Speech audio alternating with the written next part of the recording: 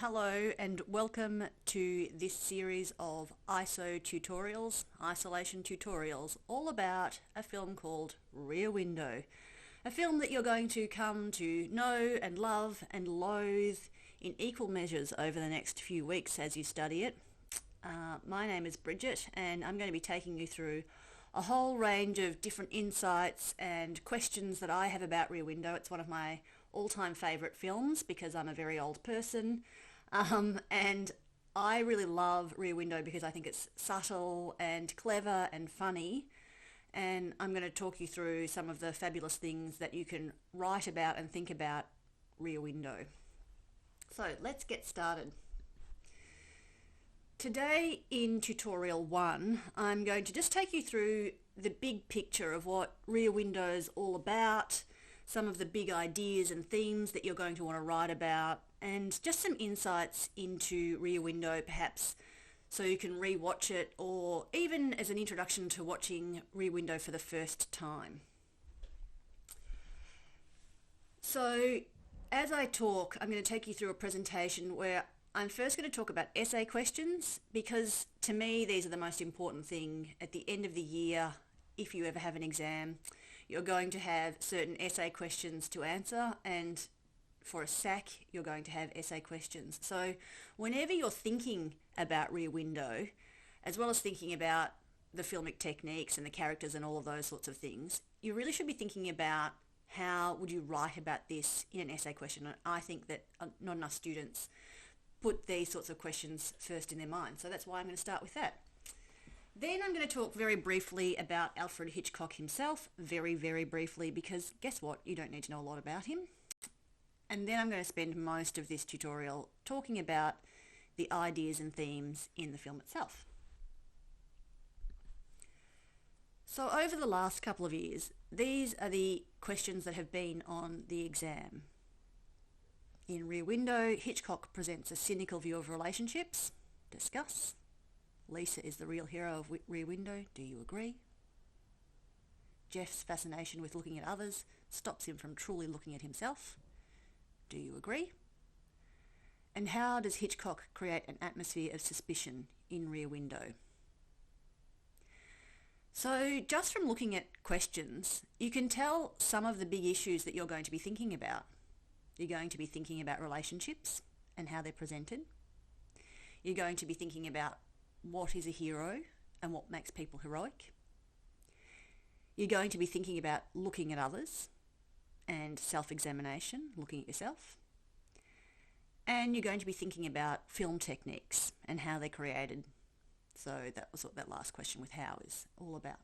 So the reason that we start by looking at questions is it gives you an idea of the things you should be concentrating on when you're looking at the film. And you'll write far better on Rear Window if you continually come back to essay questions. So whenever you do any writing or any thinking, you should start by looking at the questions and thinking about how they're written and what sorts of ideas they're raising. So my advice would be that you practice writing essays or responding to essay questions really, really regularly.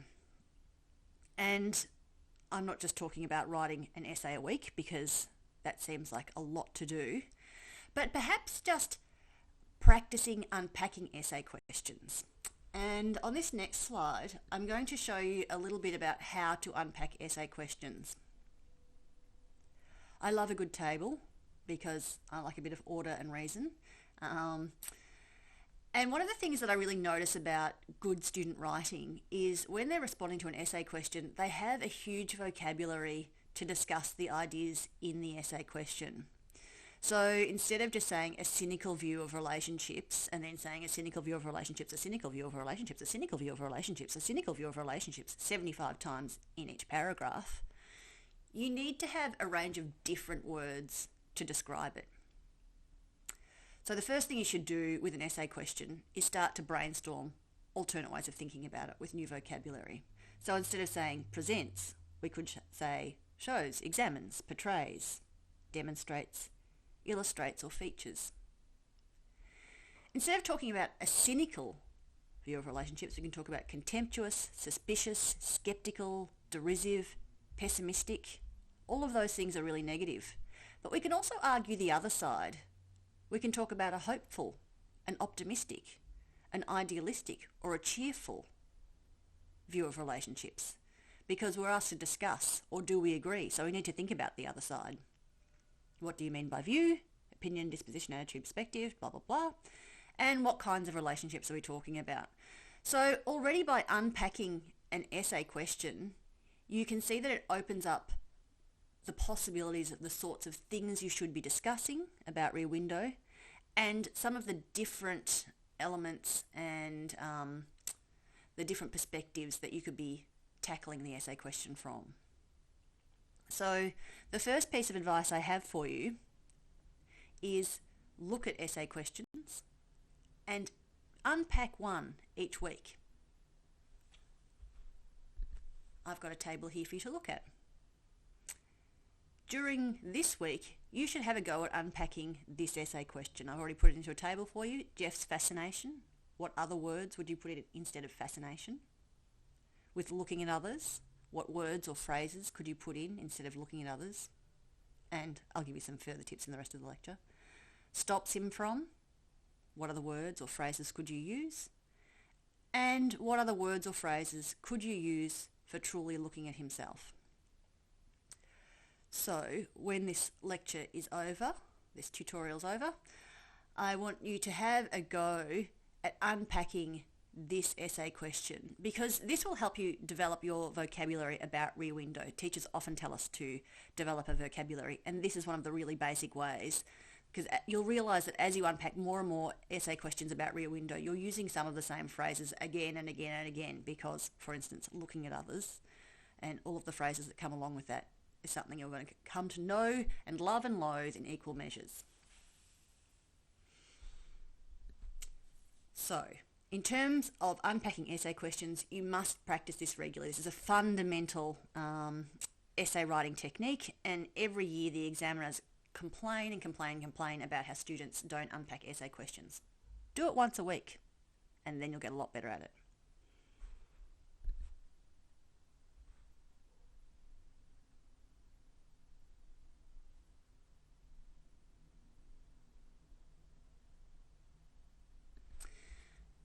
All of your thinking should always come back to the questions that you're being asked.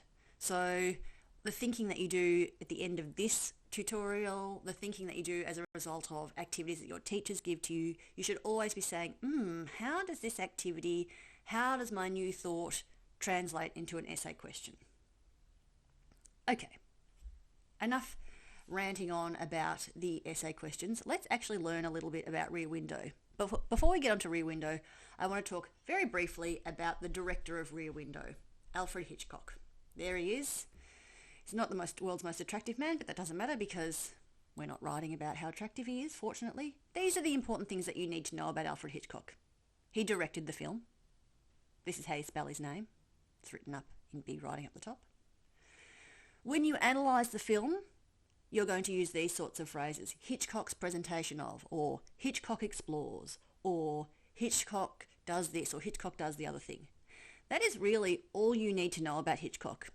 By all means, during your time in isolation, you can research Alfred Hitchcock if you like, but you're not going to be writing anything about Alfred Hitchcock's life in your essay. That's not the task at all. And it will really detract from your essay if you write a lot about Alfred Hitchcock. Really, all you need to know is his name and that he directed the film. He did a lot of other films. By all means, research those and look at them. But for studying and writing about Rear Window, that's all you need to know. Isn't that good? Hooray! Let's move on. The most important thing to do or to know about when you're studying the film is looking at the big pictures of the ideas and themes, and everything else comes back to that. So when we look at the characters, when we look at the symbolism, when we look at the film techniques, all of that comes back to looking at what these big ideas are. All of those characters, all of the symbols are just a new way of looking at these ideas and themes. And in terms of Rear Window, these are the ideas and themes that you're mostly going to be writing about. Voyeurism. Now, voyeurism is perhaps a word that's unfamiliar to many of you. Voyeurism means watching other people. Remember that essay question a bit before about Jeffries looks at others rather than looking at himself? That's really about his voyeurism. So learn to spell it, you're going to use it a lot. And one of the big questions that Hitchcock is asking us to think about is how much time do we spend watching others and how much time do we spend being involved in our own lives? And we can really see in our own lives, even normally, that we spend more time watching celebrities, watching other people and judging them. Now we spend a lot of time watching other people and judging how well they're socially isolating and whether we're doing a better job.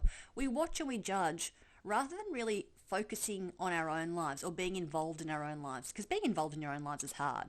And Hitchcock is certainly really interested in this. I'm going to go into more detail about all of these issues in a minute.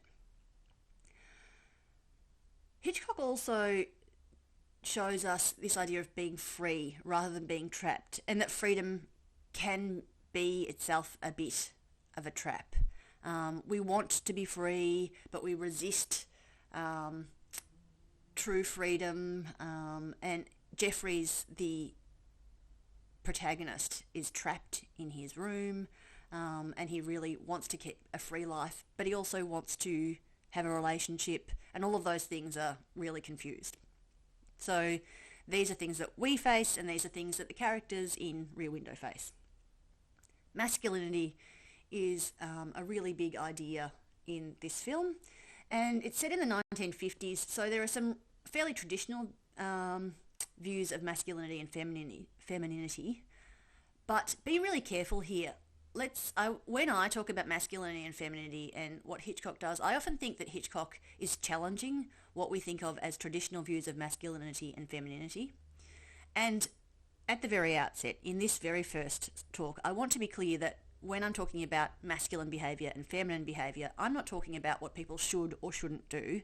I'm talking about, stereotypical views of masculinity and stereotypical views of femininity. That's all I mean. I'm not trying to put a judgment on other people's views at all. Hitchcock is also really interested in the shared human experiences, how we as humans have similar experiences to each other and how we experience those.